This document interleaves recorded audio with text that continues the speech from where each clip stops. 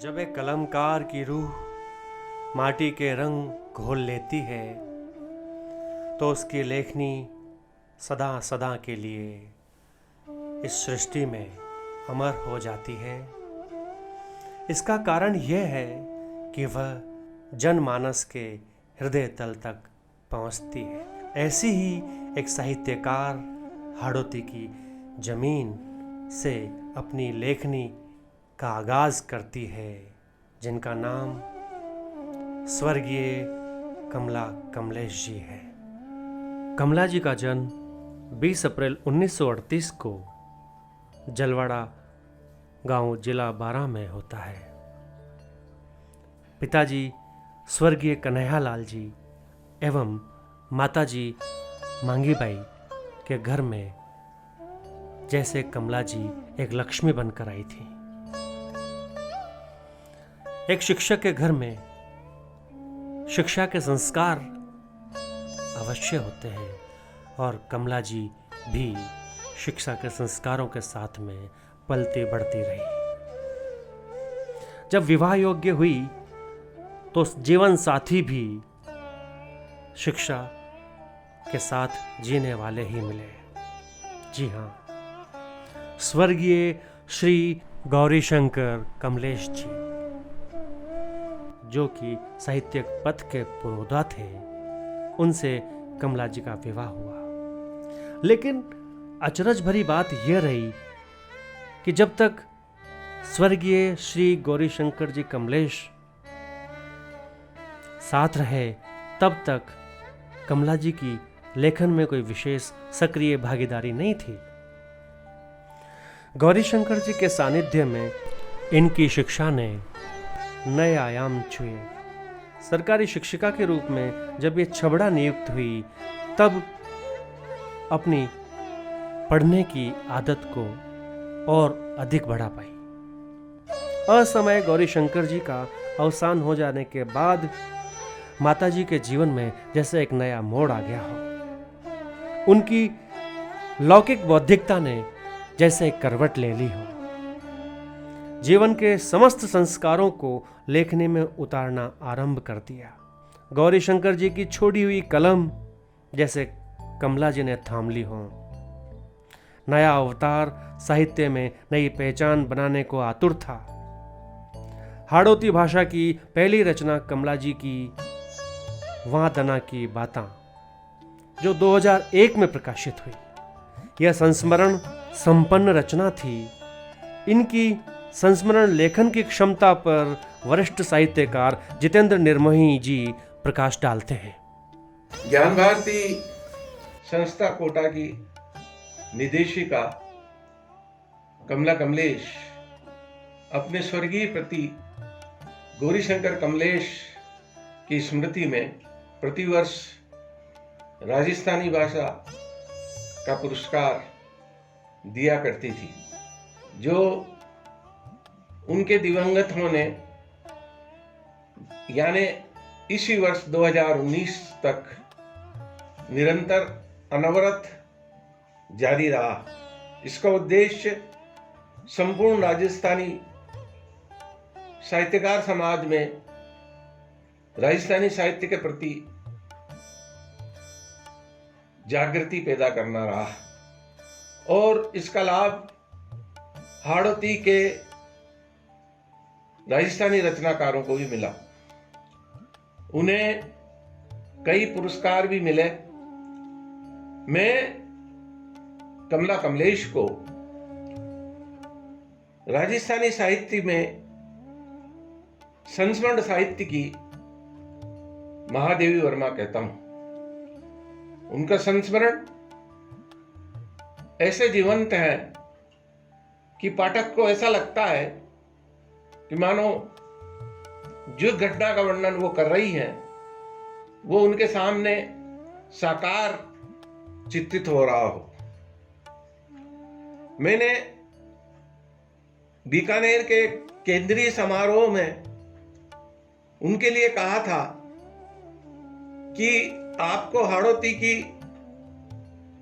ग्राम्य संस्कृति का अगर अवलोकन करना है तो आप केवल कमला कमलेश को पढ़ सकते हैं।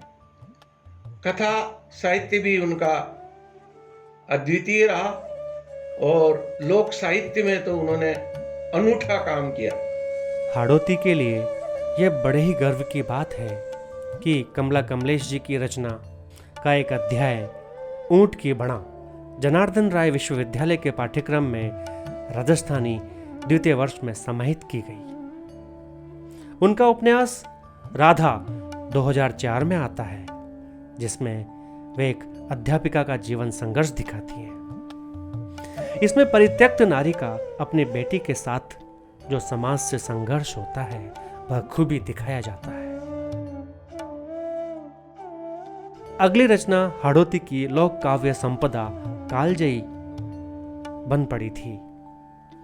हाड़ौती के तमाम गीत शामिल करके जब कमला कमलेश जी ये रचना 2009 में लेकर आती हैं, तब महिलाओं में यह पुस्तक संग्रहणीय हो जाती है। काव्य साधना के पथ पर सहगामी साहित्यकार किशनलाल जी वर्मा इनके बारे में कहते हैं।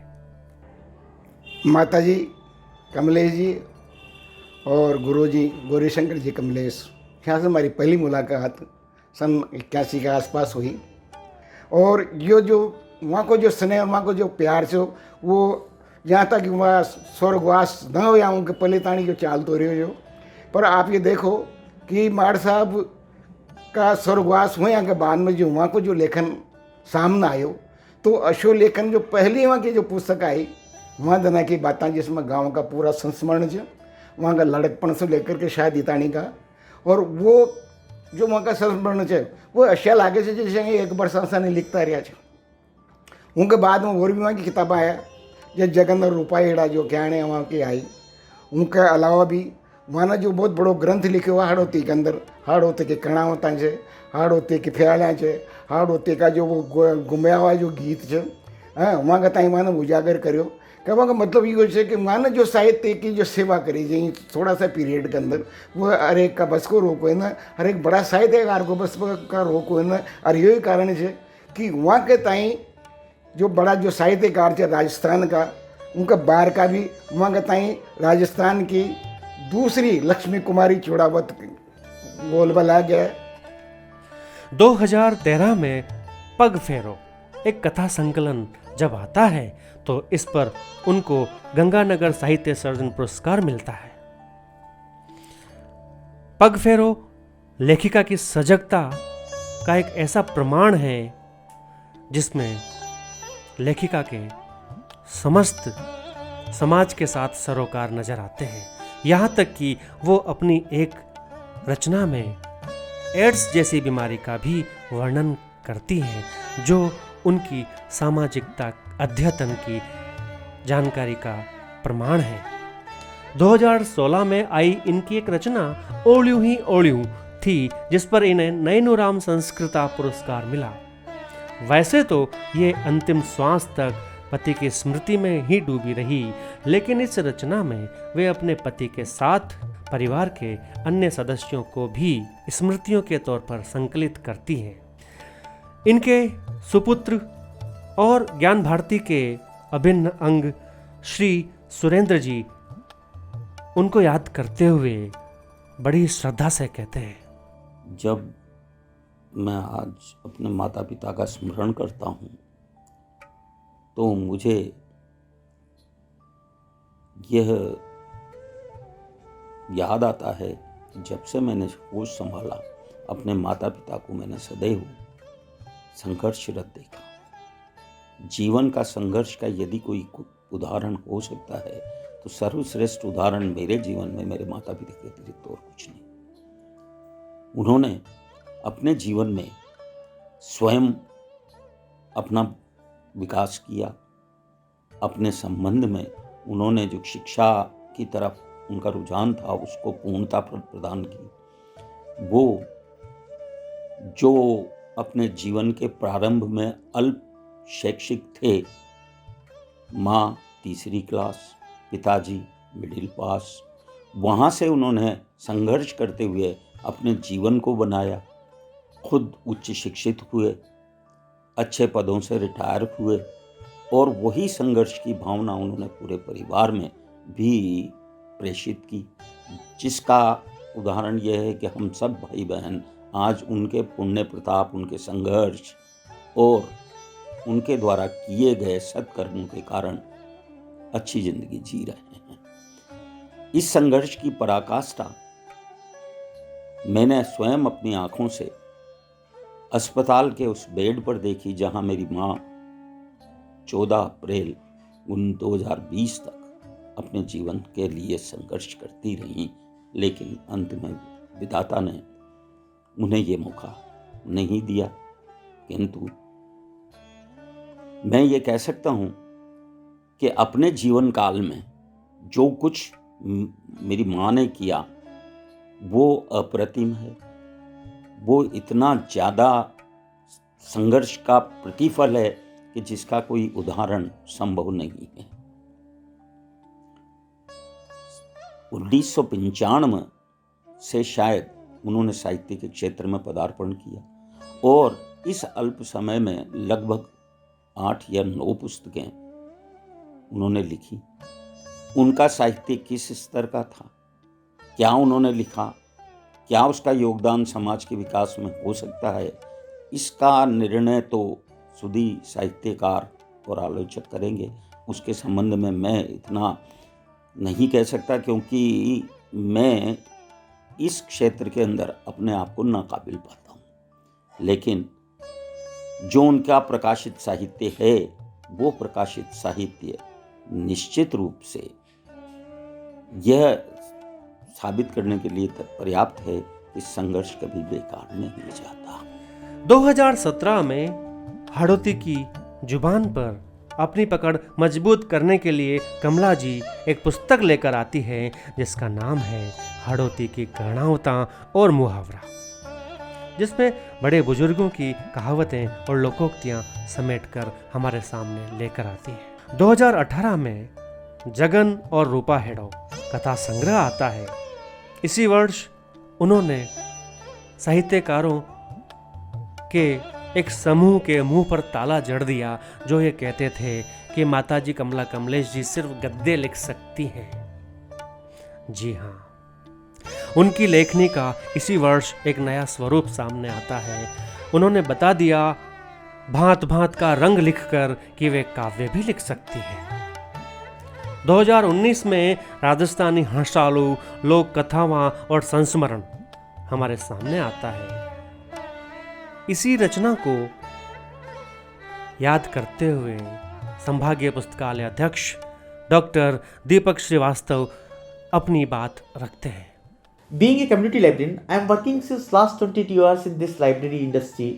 और just I wanted to share about the Kamala Kamlesh ji, माताजी कमला कमलेश जी, जिन बड़ी श्रद्धा के साथ मैं उनके बारे में एक चीज़ कहना चाहूँगा कि उनकी लेखनी के बारे में मैं जितना फील कर पाया या मैं जितना अनुभव कर पाया, वो एकमात्र ऐसी लेखिका हैं हमारे हाड़ौती अंचल में जो अनुभूत तथ्यों पर आधारित लेखन करती थी, या यूँ कहें कि टैसिट नॉलेज को एक्सप्लिसिट नॉलेज में कन्वर्ट करने में कामयाब रही।